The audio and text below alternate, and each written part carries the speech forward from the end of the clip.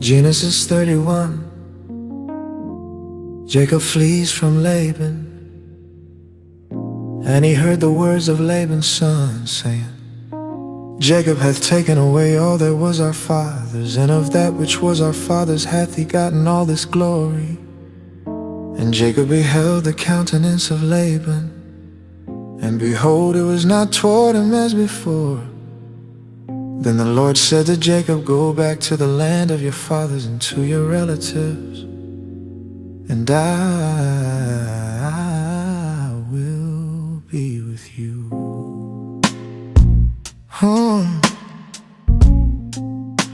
So Jacob sent word to Rachel and Leah to come out to the fields where his flocks were. He said to them, I see that your father's attitude toward me is not what it was before, but the God of my father has been with me. You know that I've worked for your father with all my strength, yet your father has cheated me by changing my wages 10 times. However, God has not allowed him to harm me. If he said, the speckled ones will be your wages, then all the flocks gave birth to speckled young. And if he said the streaked ones will be your wages, then all the flocks bore streaked young. So God has taken away your father's livestock and has given them to me. In breeding season I once had a dream in which I looked up and saw that the male goats mating with the flock was streaked, speckled or spotted. The angel of God said to me in the dream, Jacob. I answered, Here I am. And he said, Look up and see that all the male goats mating with the flock are streaked, speckled or spotted, for I have seen all that Laban has been doing to you. I am the God of Bethel, where you anointed a pillar and where you made a vow to me. Now leave this land at once and go back to your native land. And Rachel and Leah answered and said unto him, Is there yet any portion or inheritance for us in our father's house? Does he not regard us as foreigners? Not only has he sold us, but he has used up what was paid for us. Surely all the wealth that God took away from our father belongs to us and our children. So do whatever God has told you. Then Jacob put his children and his wives on camels, and he drove all his livestock ahead of him, along with all the goods he had accumulated in Paddan Aram, to go to his father Isaac in the land of Canaan. When Laban had gone to shear his sheep, Rachel stole her father's household gods. Moreover, Jacob deceived Laban, the enemy, by not telling him he was running away. So he fled with all he had, crossed the Euphrates River, and headed for the hill country of Gilead. Laban pursues Jacob. On the third day Laban was told that Jacob had fled, taking his relatives with him. He pursued Jacob for 7 days and caught up with him in the hill country of Gilead. Then God came to Laban the Aramean in a dream at night and said to him, Be careful not to say any thing to Jacob, either good or bad. Jacob had pitched his tent in the hill country of Gilead. When Laban overtook him, Laban and his relatives camped there too. Then Laban said to Jacob, What have you done? You've deceived me and you've carried off my daughters like captives in war.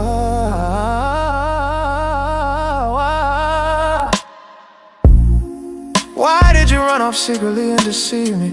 Why didn't you tell me so I could send you away with joy and singing to the music of timbrels and harps? You didn't even let me kiss my grandchildren and my daughters goodbye. You had done a foolish thing, I had the power to harm you. But last night the dad of her father said to me, Be careful not to say anything to Jacob, either good or bad. Now you have gone off because you long to return to your father's household. But why did you steal my God?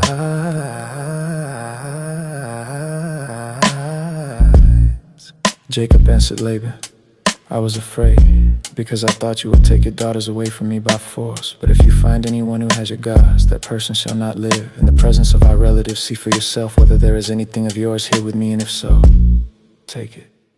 Now Jacob did not know that Rachel had stolen the gods.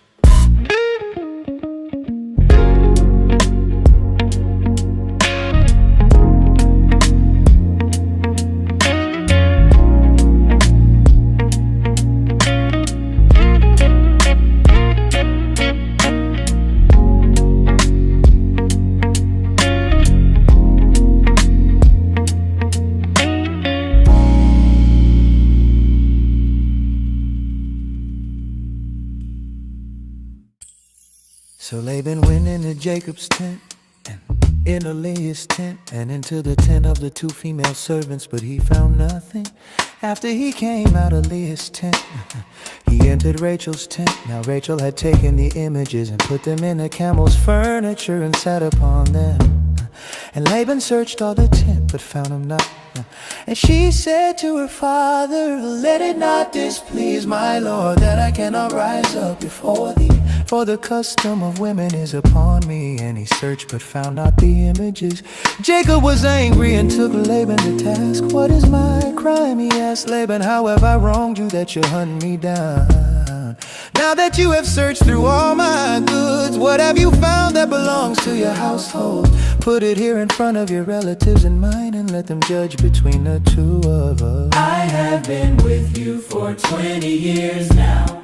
Your sheep and goats have not miscarried, nor have I eaten rams from your flocks. I did not bring you animals torn by a wild beast. I bore the loss myself, and you demanded payment from me for whatever was stolen by day or night. This was my situation. The heat consumed me in the daytime, and the cold at night, and sleep fled from my eyes. It was like this for the 20 years I was in your household. I worked for you 14 years, for your 2 daughters, and 6 years for your flocks, and you changed my wages 10 times. If the God of my father, the God of Abraham, and the fear of Isaac had not been with me, you would surely have sent me away empty-handed.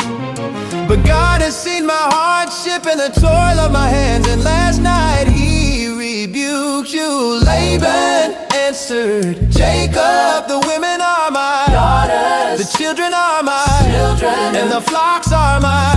Lord, you see is mine. Lord, yet what can I do today about these daughters of mine, or about the children they have born? come now, let's make a covenant, you and I, and let it serve as a witness between us.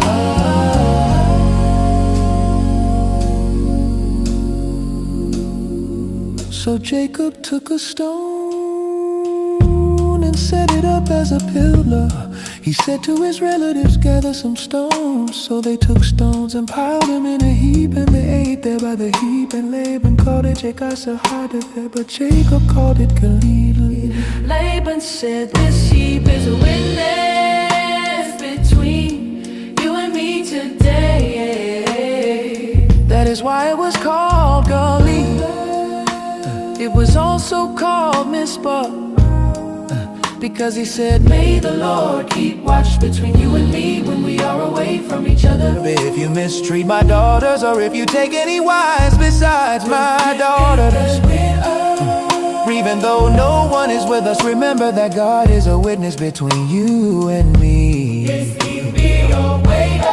Laban also said to Jacob, here is this heap, and here is this pillar I have set up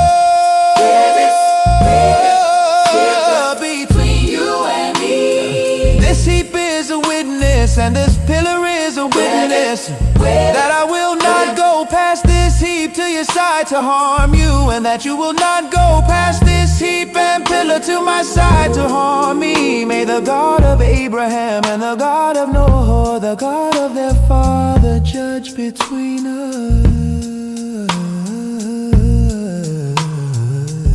So Jacob took an oath in the name of the fear of his father Isaac. Then Jacob offered sacrifice upon the mount, and called his brethren to eat bread. And they did eat bread, and tarried all night in the mount. And early in the morning Laban rose up and kissed his sons and his daughters and blessed them. And Laban departed and returned unto his place.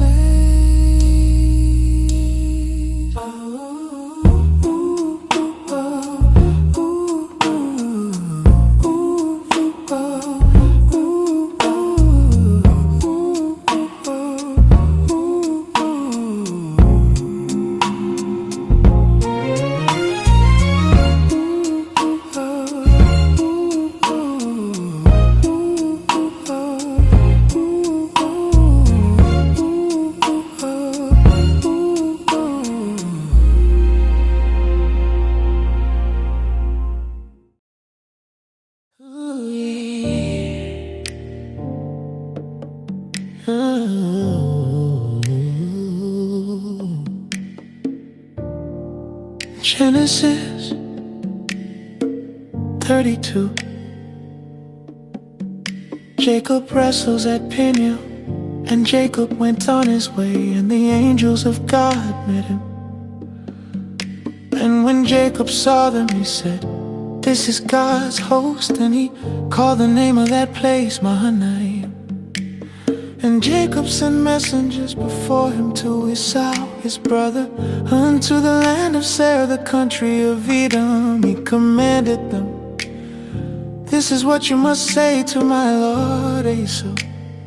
This is what your servant Jacob says. I have been staying with Laban until now. I have oxen, donkeys, sheep, and male and female servants. And I've sent this message to inform my lord, so that I may find favor in your sight." The messengers returned to Jacob and said, "We went to your brother Esau. He's coming to meet you and has 400 men with him." Jacob was very afraid and upset, so he divided the people who were with him into 2 camps, as well as the flocks, herds, and camels. If Esau attacks one camp, he thought, then the other camp will be able to escape. Then Jacob prayed, "O God of my father Abraham, God of my father Isaac, O Lord, you said to me, return to your land and to your relatives, and I will make you prosper. I am not worthy of all the faithful love you have shown your servant with only my walking stick. I crossed the Jordan, but now I have become 2 camps. Rescue me, I pray, from the hand of my brother Esau, for I'm afraid he will come and attack me, as well as the mothers with their children. But you said, I will certainly make you prosper, and will make your descendants like the sand on the seashore, too numerous to count." Jacob stayed there that night. Then he sent as a gift to his brother Esau 200 she-goats and 20 he-goats, 200 ewes and 20 rams, 30 milch camels with their coats, 40 kine and 10 bulls, 20 she-asses and 10 foals. He entrusted them to his servants, who divided them into herds. He told his servants, "Pass over before me and keep some distance between one herd and the next." He instructed the servant leading the first herd, "When my brother Esau meets you and asks, 'To whom do you belong? Where are you going? Whose herds are you driving?' then you must say, 'They belong to your servant Jacob. They have been sent as a gift to my lord Esau.'" In fact, Jacob himself is behind us. He also gave these instructions to the second and third servants, as well as all those who were following the herd, saying, "You must say the same thing to Esau when you meet him. You must also say, 'In fact, your servant Jacob is behind us.'" Jacob thought, "I will first appease him by sending a gift ahead of me. After that, I will meet him. Perhaps he will accept me." So the gifts were sent on ahead of him while he spent that night in the camp. During the night, Jacob quickly took his 2 wives, his 2 female servants, and his 11 sons, and crossed the ford of the Jabbok. He took them and sent them across the stream along with all his possessions. So Jacob was left alone. Then a man wrestled with him until daybreak. When the man saw that he could not defeat Jacob, he struck the socket of his hip. So the socket of Jacob's hip was dislocated while he wrestled with him. Then the man said, "Let me go, for the dawn is breaking. I will not let you go." Jacob replied, "Unless you bless me." The man asked him, "What is your name?" He answered, "Jacob." "No longer will your name be Jacob," the man told him, "but Israel, because you have fought with God and with men and have prevailed." Then Jacob asked, "Please tell me your name." "Why do you ask my name?" the man replied. Then he blessed Jacob there, so Jacob named the place Peniel, explaining, "Certainly I have seen God face to face and have survived." Therefore the children of Israel eat not of the sinew which shrank, which is upon the hollow of the thigh unto this day, because he touched the hollow of Jacob's thigh in the sinew that shrank.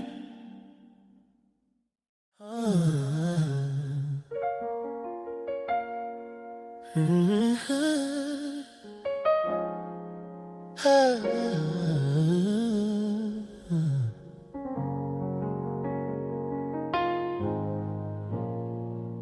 Jacob lifted up his eyes and looked, and behold, Esau came, and with him 400 men.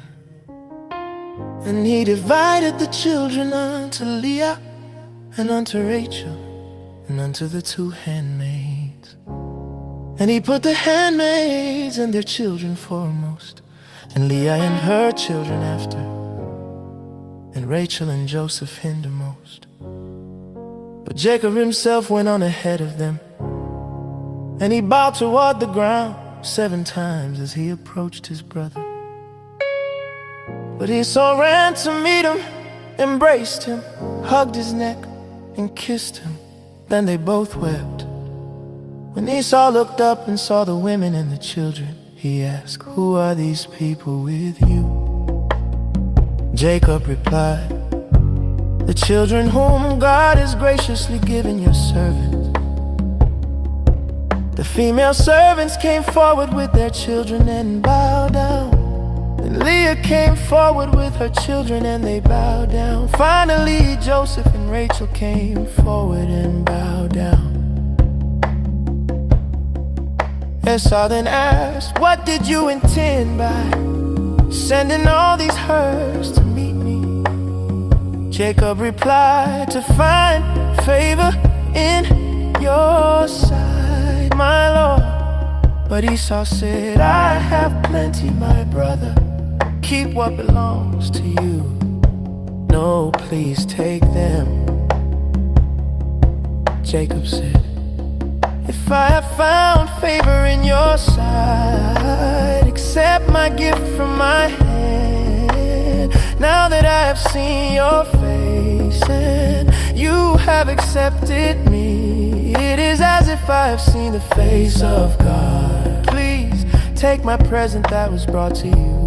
God has been generous to me, and I have all I need." When Jacob urged him, he took it. Then Esau said, "Let's be on our way. I will go in front of you." But Jacob said to him, "My Lord knows that the children are young, and that I have to look after the sheep and cattle that are nursing their young. If they are driven too hard for even a single day, all the animals will die.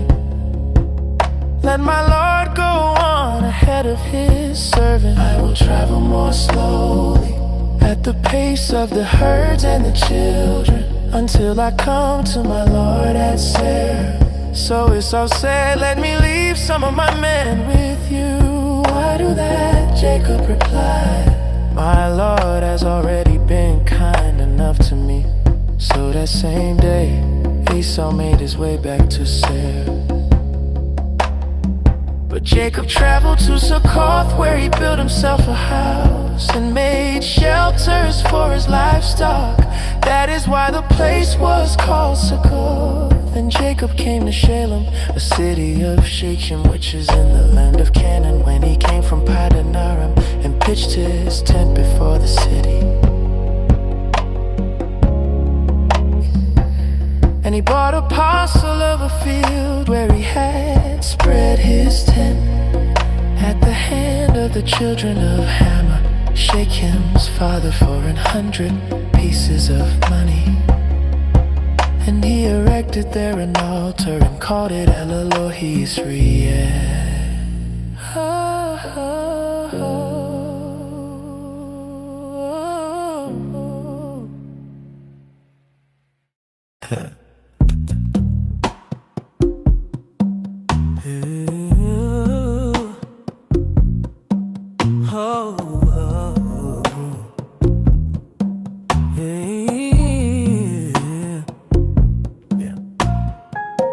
Genesis 34.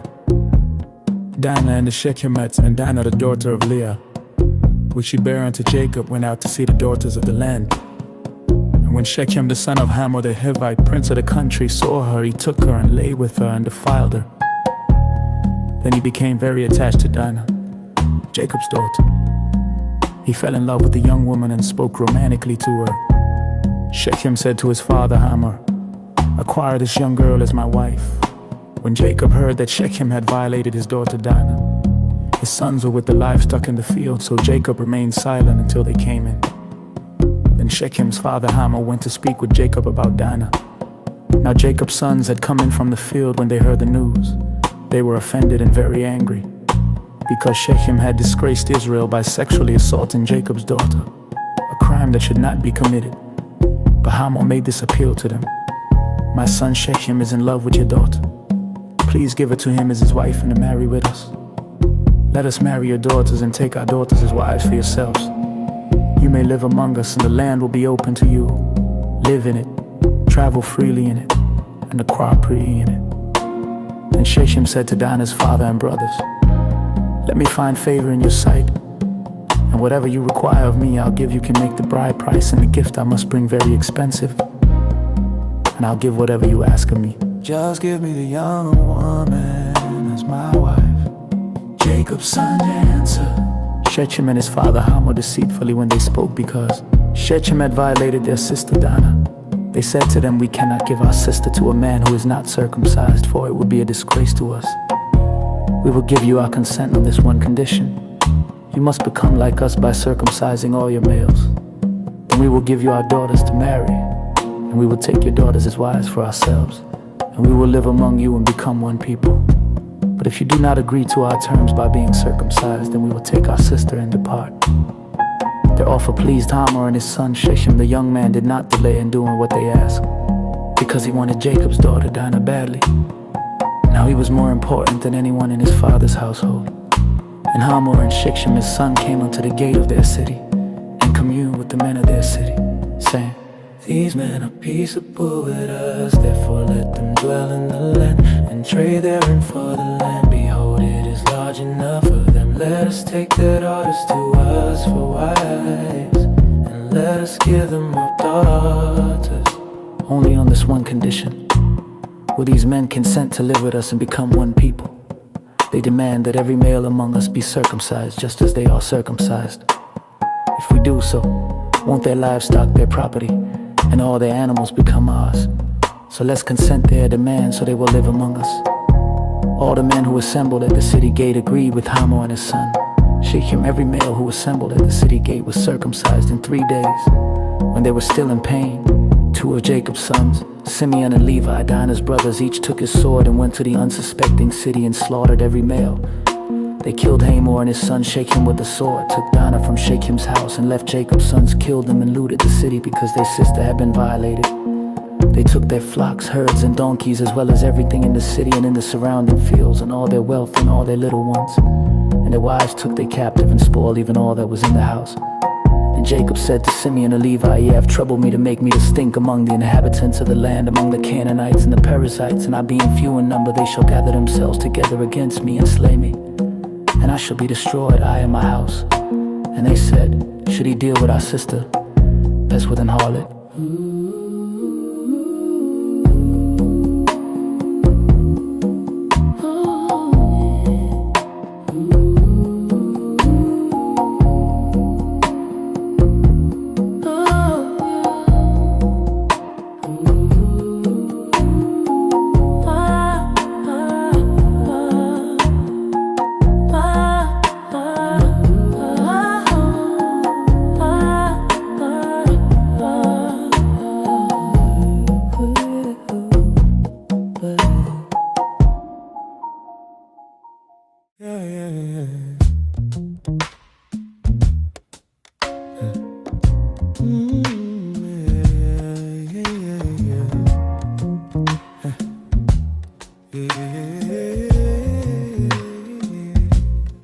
Genesis 35, the return to Bethel.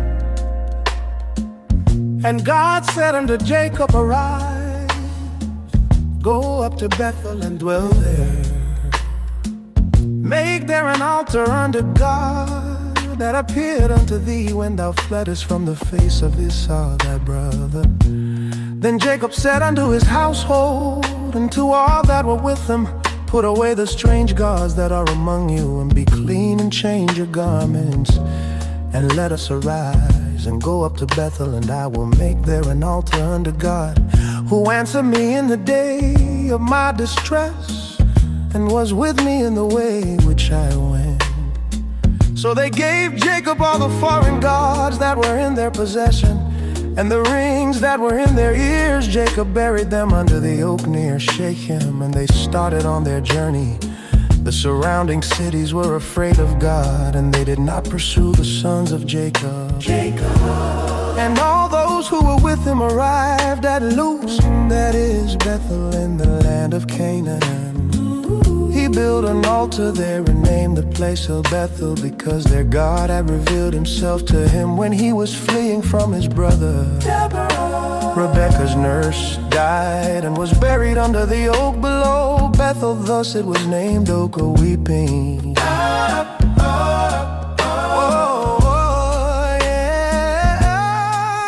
appeared to Jacob again after he returned from Paddan Aram, and blessed him good, said to him, "Your name is Jacob, but your name will no longer be called Jacob. Israel will be your name." So God named him Israel. Then God said to him, "I am the sovereign God. Be fruitful and multiply. A nation, even a company of nations, will descend from you. Kings will be among your descendants. The land I gave to Abraham and Isaac I will give to you. To your descendants I will also give this land."